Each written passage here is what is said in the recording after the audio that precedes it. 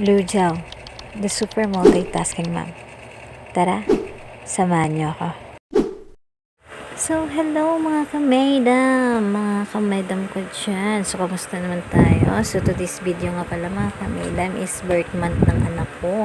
19 tayo ngayon, January 19, 2023. So, birth month niya yan. So, kahit ganyan nakalaki yung anak ko niyan, gusto ko pa rin yung mas celebrate kahit pa paano lang naman char lang.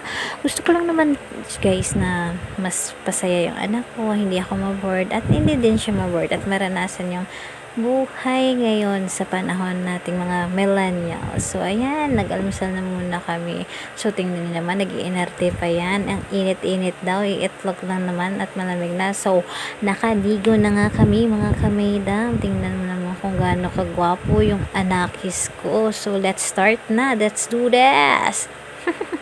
So, ayan na nga mga kamaydam. So, dyan pa lang. Tingnan mo naman kung gaano siya kabibod siya. No, diba mga kamaydam? Pak na pak ko na itong anak ko. So, ayan na nga mga kamaydam. So, ano muna tayo ngayon? Breaking news muna tayo.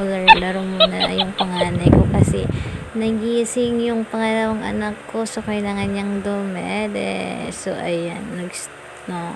Gusto ng anak kong dumede.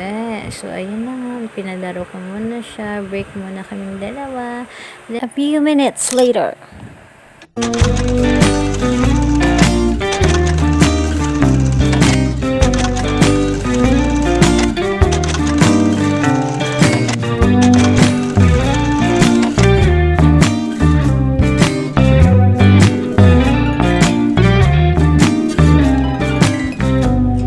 Yes, you're really good at saying what you mean. Suppress my feelings.